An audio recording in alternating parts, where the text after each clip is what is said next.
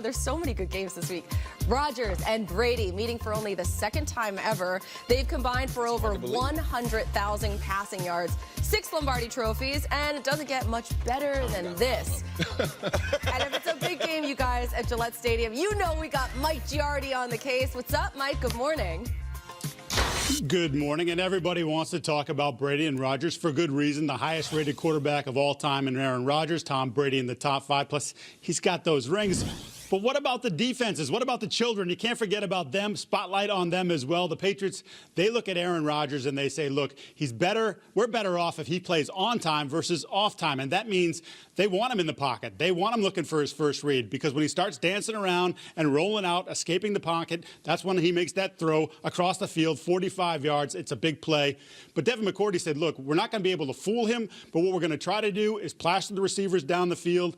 And even then, we know he's going to make plays. You're going to have the right defense. You're going to have the right coverage. And he's going to make a throw you can't defend. What you hope is it's just for a first down and not for a touchdown.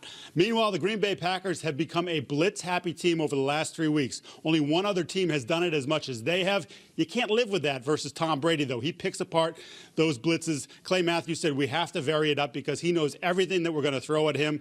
And they want to keep him in the pocket, but they want to get him off that first read and try to make him move around. The opposite of what the Patriots want to do with Aaron Rodgers, Colleen.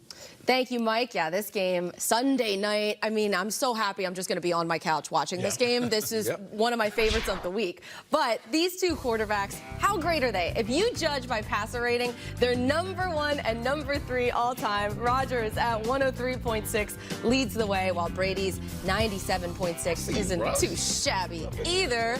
Plenty more on Rodgers versus Brady, but a lot more to break down in this game in general because of all the matchups here. So, Mike, Rob, give us something that you're kind of looking at in particular in this game. Well, I'm looking at Rob Gronkowski. I mean, he didn't look right last week. I'm sorry. Just getting up from some of those plays, it looked like his back is still bothering him.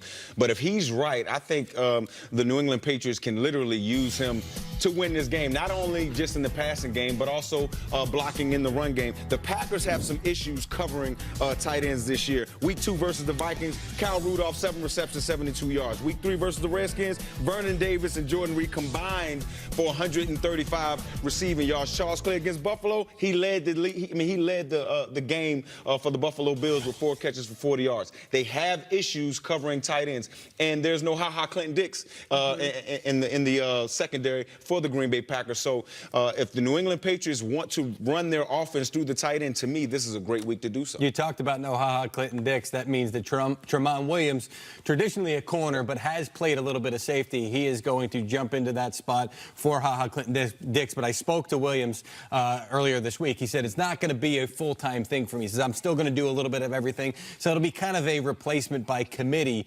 to replace Ha-Ha Clinton Dix in the short term. This is not the week that you really want to do this, going up against Tom Brady, but this is when the trade deadline fell. This is when they had to make this move for Clinton Dix, who's a free agent at the end of this season. And Williams said, last time I moved to safety, he said it was the middle of the season, and it'll be the middle of the season right now, and it wasn't that bad the first time around, so he thinks he'll be comfortable, be able to do it.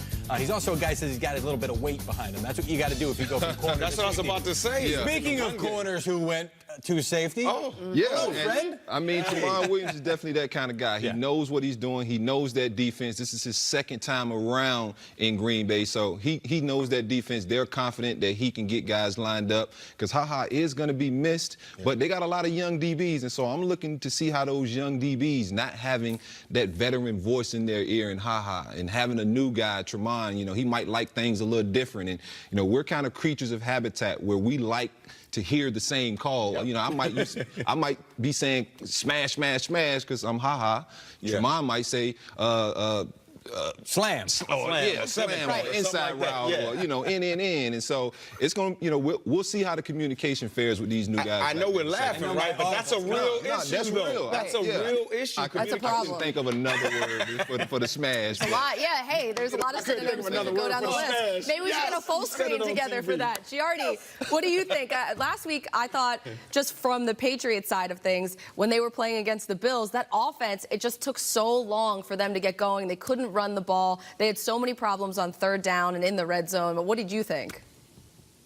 Yeah, it was very interesting that you bring that up because I asked Tom Brady yesterday about the inability to get Gronkowski going, and obviously there are some physical issues there, and I think there's also a confidence issue with Gronk, which is a little bit crazy to say, but I think he's just not quite feeling like himself. But Brady said, hey, the offense isn't where it needs to be. It's not just me and Gronkowski. It's me and Julian Edelman. It's me and Josh Gordon. That we're still sort of a work in progress. You realize they've scored a lot of points over the last 4 weeks prior to that Bills game, but that, there was a piece out here and a piece out there, and now they've gotten all those guys back together. Now they have to operate as a unit, and Brady said we just haven't done that as well as we would like, and I hope you can make those improvements here in the second half of the season.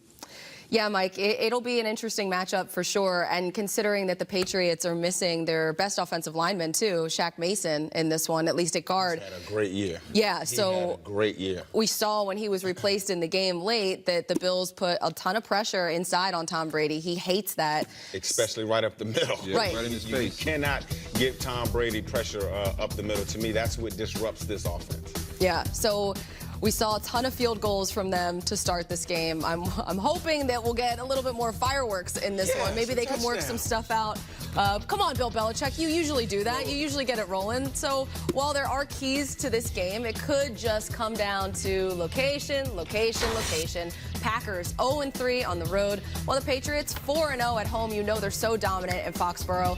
Look at the point differential there. Green Bay's been outscored. Exactly. You know what? You're right. Forget it. Outscored by 24 points in those 3 losses, while New England is winning by an average of 14 points per game in those wins. We have a lot more coming up on this matchup and those two.